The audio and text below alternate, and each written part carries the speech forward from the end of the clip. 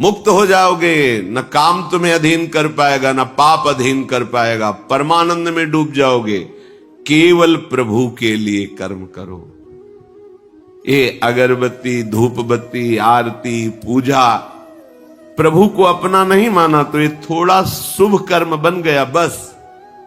ये तुम्हारा प्रायश्चित नहीं होगा। जो तुमने अधर्माचरण के अगरबत्ती धूप बत्ती से खत्म होने वाले नहीं हैं, उनके लिए तुम्हें नाम जप करना पड़ेगा, नाम कीर्तन करना पड़ेगा। नाम कीर्तनम यस्य सर्व पाप प्रणाशनम, समस्त पापों का नाश करने में समर्थ है। राधा राधा राधा, कृष्ण कृष्ण कृष्ण, गोविंद गोविंद गोविंद। भगवन नाम, अगर भगवन नाम का आप निरंतर जप करने लगे तो आप स्वयं तर जाएंगे और लोगों को तार देंगे। मम भक्ति युक्तो भुवनम पुनात सतरति सतरति सा लोकान तारयति। जो भी कर्म कर रहे हो वो भगवान के लिए भावना करो, उस कर्म को भगवान को समर्पित करो, तो तुमसे पापाचरण नहीं होगा। जो पापाचरण हो गए हैं, 10 मिनट केवल बैठ करके अपने घर में ही ताली बजा के, मंजीरा लेकर के, इसे नाटक मत समझो, आडंबर मत समझो। नहीं, जो आडंबर और नाटक किए हैं ना, वो जब अपना नाटक फैलाएंगे तो तुम उस नाटक से निकल नहीं पाओगे। माया का नाटक है। भगवान नाम कीर्तन। ये जो लोग कहते हैं ना कि भगवान तो हृदय में बैठे, दिखावे की क्या जरूरत है। अगर इतना बोध हो चुका है भगवान हृदय में बैठे, तब तो आप सिद्ध हो गए।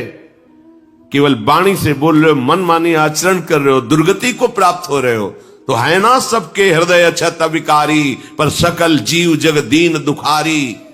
सबके हृदय में बैठा है, पर दुर्दशा रोक रहा है क्या वो? क्यों? क्योंकि तुम केवल बातों से कहते हो सबके हृदय में बैठा है। ऐसा अनुभव किया? अगर ऐसा अनुभव किया तो बेविचार किसके साथ करते हो, चोरी किसकी करते हो, हिंसा की, कपट किससे, द्वेष किससे? बस केवल बातों से बात नहीं बनती। ये कर्म बातों से नष्ट नहीं होता, इसके लिए अनुष्ठान करना होगा नाम का। चाहे जैसी परिस्थिति हो, चाहे जो हो, जैसे भी हो, तुम्हारा मंगल होगा। अहोबत स्वपचतो गरियान यज्जिभ्यागे वर्तते नाम तुभ्यम।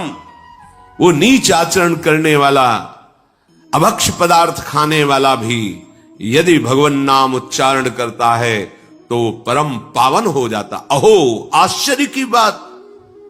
बड़े बड़े प्रायश्चित जिसे पावन नहीं कर सकते, भगवान नाम उसे पावन कर देता है। जैसी हरिवंश विचार के मनुज देह गुरु शरण गही, सकई तो सब पर पंच तजी कृष्ण कृष्ण गोविंद कही। कृष्ण कृष्ण गोविंद क्या जाता है? हम तो ये नहीं कह रहे कि तुम नहा के जपो, तुम ऐसा को, जैसे हो, जहां हो, गोविंद गोविंद, राधा राधा राधा वल्लभ श्री हरिवंश, तुम पावन हो जाओगे प्यारे। तुम्हारी दुर्गति, तुम्हारी विपत्ति, तुम्हारी उन्नति में जो बाधक कर्म है उनको नष्ट करो। किसी से भीख मांगने की जरूरत नहीं, कृपा की। अगर नाम जप नहीं तो कहीं भी भाग के चले जाओ, देख लो तुम्हें क्या मिलता है। नाम जप करो, तुम स्वयं देने वाले बन जाओगे। मांगना मिट जाएगा जन्म जन्म का। विश्वास करो, जैसे भी हो। नहीं छोड़ पा रहे गंदी बातें, शुरू करो। नाम को तो अंदर लाओ, वो तुम्हें इतनी सामर्थ्य देगा, सब छूट जाएगा, सब छूट जाएगा। विश्वास करो। आज तक जितने बड़े बड़े ऊंचाई के पद पर पहुंचे हुए महात्मा हैं, सबके मूल में नाम पाया गया। निरंतर नाम जप, निरंतर अभ्यास करने से होता है। विश्वास करो, इसके बराबर न तीर्थ याटन है, न कोई अन्य साधन है। नाम कलयुग केवल नाम आधारा, सुमिर सुमिर नर उतर ही पारा। जिसने नाम का आश्रय ले लिया महासुखी हो गया। पर जब तक तुम्हारे पाप कर्म भस्म नहीं होते, तब तक तुम्हें आनंद नहीं मिलेगा।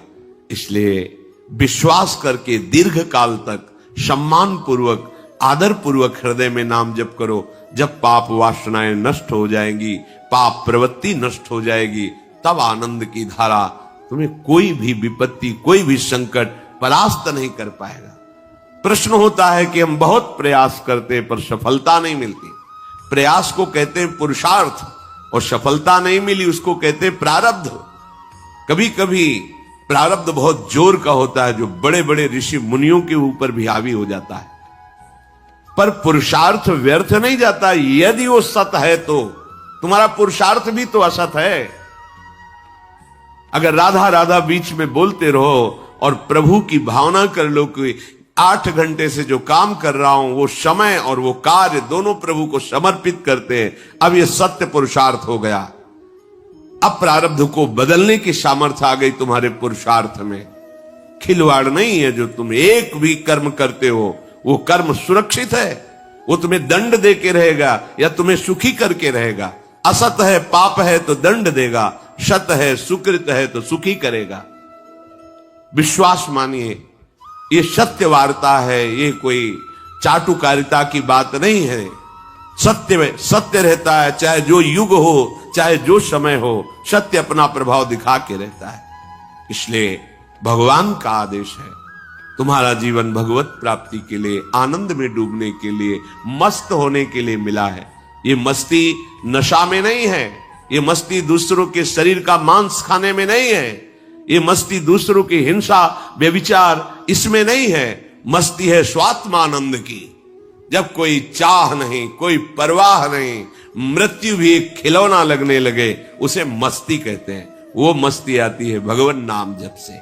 शुद्ध ज्ञान का प्रकाश हुआ, मरने का भय खत्म हो गया, क्योंकि शरीर राग नष्ट हो गया। इसलिए सावधान होकर जो जहां जैसी भी परिस्थिति में हो, भगवान नाम सदैव अपने पास रखो। राधा राधा, कृष्ण कृष्ण, गोविंद गोविंद। देख लेना, निहाल हो जाओगे, निहाल हो जाओगे, मस्त हो जाओगे। हमारी बात मान लो, हमारी प्रार्थना मान लो, कुछ इसमें नहीं लगता। इसमें न पैसा देने की बात कर रहे, ना कोई संयम नियम की बात कर रहे। जैसे बने, मन नहीं लगता मत लगने दो, ये बड़ा दुष्ट है, ये लगता है हमें दुर्गति कराने के लिए। अगर इसकी हां में हां मिलाओगे तो ऐसे निंदनीय कर्म कराता है, घृणा होती है अपने मन से। देखो ना, झांक के देखो ना मन को, कभी ये तृप्त नहीं हुआ। वही गंदी बात, वही गंदा चिंतन, वही गंदे आचरण की प्रेरणा। इस दुष्ट को मित्र मानते हो, ऐसे मन को। जो हमारा खास दुश्मन है वो मन है। वासनाओं में फंसा हुआ, वासनाओं की प्रेरणा करने वाला दुश्मन मन है। इस मन को डंडे से मारो। डंडा है हरिनाम। जितना जपोगे मन उतना ही सावधान रहेगा। कृष्ण कृष्ण, गोविंद गोविंद गोविंद, निरंतर रटन करो। राधा राधा राधा। क्या जाता है? जिह्वा से नाम उच्चारण कर रहे, शरीर से अच्छे कर्म कर रहे हैं, विचार अपने आप पावन होने लगेंगे। विचार पावन हुआ तो महात्मा हो गया, चाहे वो गृहस्थ हो, चाहे वो विरक्त हो। तो ध्यान दीजिए, हमारे पुरुषार्थ को प्रबल करने वाला और प्रारब्ध को नष्ट करने वाला एक ही महान समर्थ है, भगवान नाम। इसके सामने कोई साधन बराबरी नहीं कर सकता। ये महामहिम नाम भगवान का है, भगवान को भी अधीन करने की सामर्थ्य रखता है। ये जो निकृष्ट भाव बैठा हुआ है, बेटी हुई उदास हो गए, लड़का हुआ थाली बजाओ, घंटा बजाओ, जिससे बहुत बड़ा, बिल्कुल ठीक नहीं है। ये बेटा होता किससे है? बेटी से ही होता है। तुम किससे हुए हो? किसी मां से हुए हो। वो क्या थी? किसी की बेटी ही थी। कैसी मूर्खता छा गई है, गर्भस्थ बेटी की कोई परवाह न करके उसको, ये क्या है? कितने राक्षस वृत्ति में आ गए हैं हमारी। राक्षस भी अपने बच्चों को नहीं खाते। कितनी राक्षसी बुद्धि। हम सुंदर दिखना चाहते हैं, समाज में सम्मान पाना चाहते हैं, और पाप कर्म कैसा? बेटी है गर्भ में, हत्या करा दो, नहीं चाहिए। बेटा कहां से पैदा होगा? वो किसी की बेटी से ही तो पैदा हो रहा है। कैसी मूढ़ता छा जाती है। वैसे भी शास्त्र में स्त्री हत्या करना बहुत बड़ा महापाप कहा गया है। फिर भ्रूण हत्या, गर्भ हत्या, गर्भस्थ शिशु की, उसमें भी कन्या,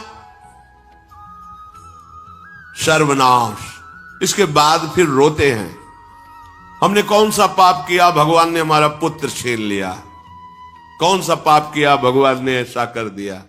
अरे अपने डायरी में तो लिखा करो कि तुमने कौन से पाप किए हैं, फिर जब परिणाम आवे तो सोचोगे तो लगेगा बहुत हल्के में निपाट रहे हैं भगवान, हमें तो बहुत कष्ट मिलना चाहिए।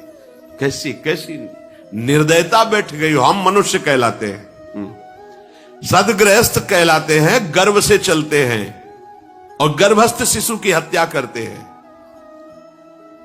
मान जाओ, ना सत्संग सुन रहे हो, ना शास्त्र स्वाध्याय कर रहे हो, इसलिए तुम्हें पता नहीं कि तुम कौन सा पाप कर रहे हो। ऐसे ये पाप, कुछ पाप ऐसे हैं जिनको वज्र की लीक कहा गया। वज्र की लीक में मिटाल नहीं सकते, तुम्हें भोगना पड़ेगा। जो गृहस्थ है और संतान नहीं है, उस जीवन को सार्थक करने के लिए अपने गृहस्थ जीवन का त्याग करो, तीर्थ धाम कहीं वास की व्यवस्था करो और दोनों मिलकर भजन करो, अपने शरीर को पूरा करो, तो जीवन सार्थक हो जाएगा। अगर गृहस्थ है, संतान है, पढ़ाओ लिखाओ, उसको उसी योग्य करो जैसे तुम्हारे माता पिता ने किया है, तो तुम उस ऋण से मुक्त हो जाओगे। और फिर भी भजन करो, भजन ही तुम्हें भगवान की प्राप्ति कराएगा। दूसरा, जो अपने धर्म से भ्रष्ट हो चुका है उसका जीवन व्यर्थ है। आपका एक धर्म है, सबसे पहला धर्म है मनुष्य धर्म। मनुष्य का क्या कर्तव्य है? अपने प्राणों का भी बलिदान देकर दूसरे की रक्षा करना, और यहां अपने मन को सुख पहुंचाने के लिए दूसरे की हत्या कर देना। कैसा राक्षसी भाव वृत्तियों में आ गया। देखो, अगर कोई माता बहन एकांत मिल जाए तो बस राक्षस जैसे टूट पड़ते हैं, ऐसे स्वभाव, मार दो, जला दो, काट दो। बड़ी दुर्गति होगी, देख लेना, यहां भी होगी। छुपा के भी कर लो, तब कर्म प्रकाशित होगा। जब तुम अपराध नहीं करोगे, अपराध नहीं करोगे, तब वो अपराध तुम्हें फंसाएगा और जीवन भर रुलाएगा। मरने के बाद नर्क मिलेगा। नर्क माने बड़ी जेल है, वो बड़ी जेल, ये छोटी जेल है। जैसे बड़े अपराधियों को बड़ी जेलों में भेजा जाता है, तो विश्व ब्रह्मांड की सबसे बड़ी जेल और वहां के सबसे बड़े जेलर यमराज, वहां दंड मिलता है। आप ऐसा ना सोचिए कि ये सब गप है।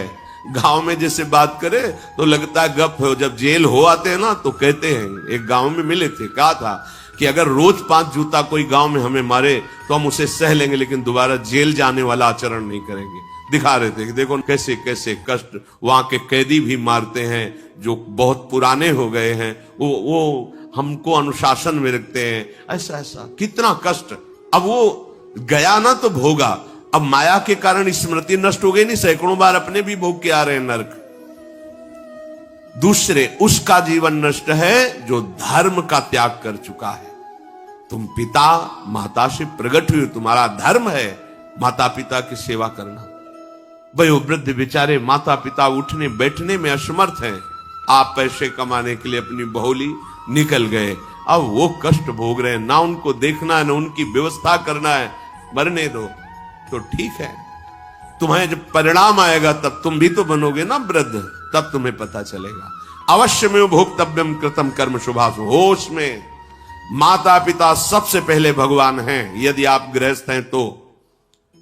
अगर आप बाल्यावस्था से भगवान के मार्ग का अनुसरण कर रहे हैं तो फिर भगवान प्रणत कुटुंब पाल रघुराई, भगवान व्यवस्था कर देते हैं। वैराग्य मार्ग में लौटकर पीछे नहीं देखा जाता।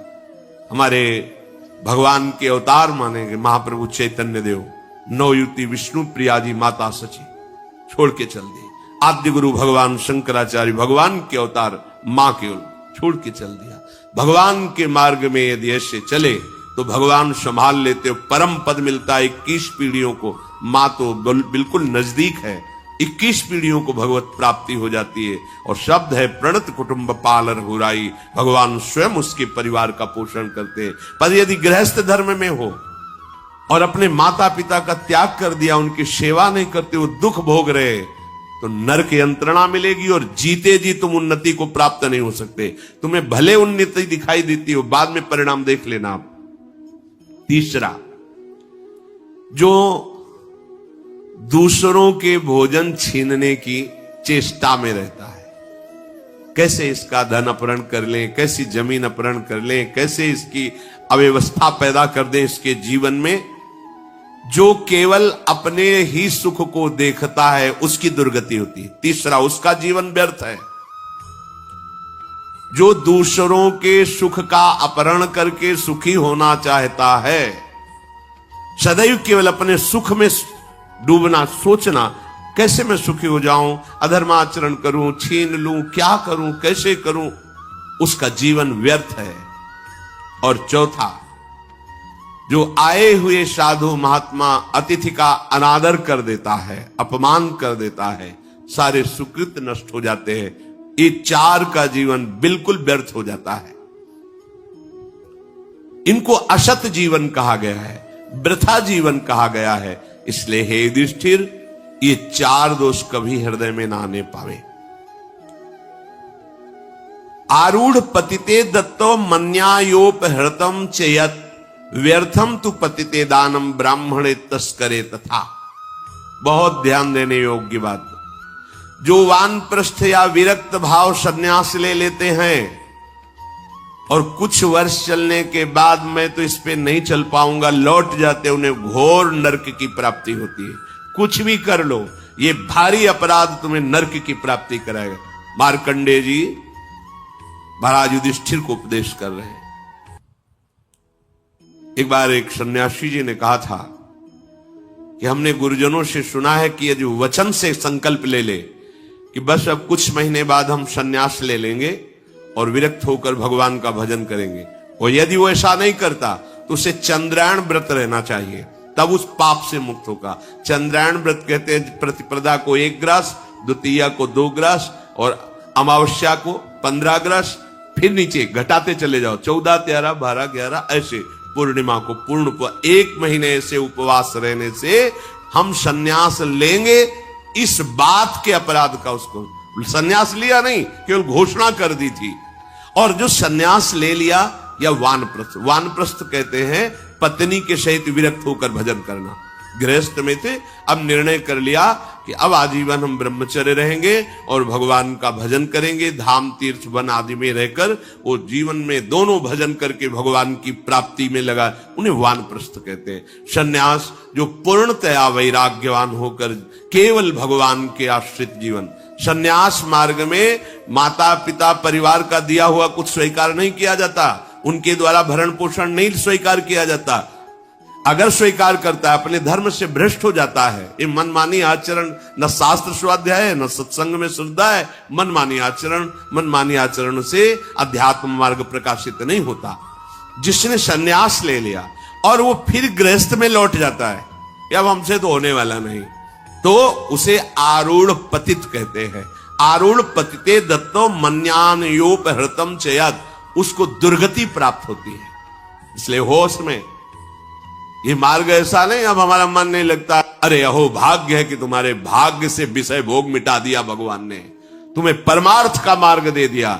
जिसको छोड़ना कठिन है भगवान ने उसे काट दिया, चलो मेरे मार्ग में चलो। हम मनमानी आचरण नहीं, बिल्कुल नहीं। यहां शास्त्र आदेश करता है, ऐसे नहीं होना चाहिए कि 4 दिन हुए कपड़ा उतार दिया, कपड़े बदल लिए, 5वें दिन फिर उसी पोशाक में। तो जानते हो इससे क्या होगा? जीवन भर कुछ कर लो, दुर्गति प्राप्त होगी। तस्मात् शास्त्रम प्रमाणम ते कार्याकार्यो, ये कानून है। कानून में फंस गए तो सजा निश्चित होगी। ये भागवतिक कानून जैसे एक राजकीय कानून है, तो ये भागवतिक त्रिभुवन का कानून है। त्रिभुवन में कहीं यही कानून काम करेगा। अलग अलग देश का कानून है, लेकिन ये त्रिभुवन का कानून है, विश्व का कानून है, ये भगवदीय कानून है। अगर इसमें फंस गए तो निकलना मुश्किल हो जाएगा। बहुत शास्त्र के अनुसार चलो। तो जो वानप्रस्थ या सन्यास लेकर के पुनः गृहस्थ धर्म से युक्त हो जाता है, उसकी दुर्गति निश्चित हो जाती है। आप तुम वो कर ही नहीं पाओगे। जैसे कहते हैं अब मंत्र ले लिया, अब क्या जाने की जरूरत है। मंत्र प्रकाशित ही नहीं होगा, जप ही नहीं पाओगे। लिख के देख लो, ये शब्द लिख लो, मंत्र नहीं प्रकाशित होगा, जप ही नहीं पाओगे। खिलवाड़ है परमार्थ चलना। एक एक अक्षर में अगर त्रुटि हो जाती है तो छाती जलेगी। कैसे गलती कैसे होगी? एक अक्षर भी अगर शास्त्र सम्मत इष्ट प्रेरित है, हृदय शीतल रहेगा, परमार्थ प्रकाशित रहेगा, ये मार्ग है। अब कौन शास्त्र स्वाध्याय करता है? कहां में सत्य चर्चा सुनने को मिलती है?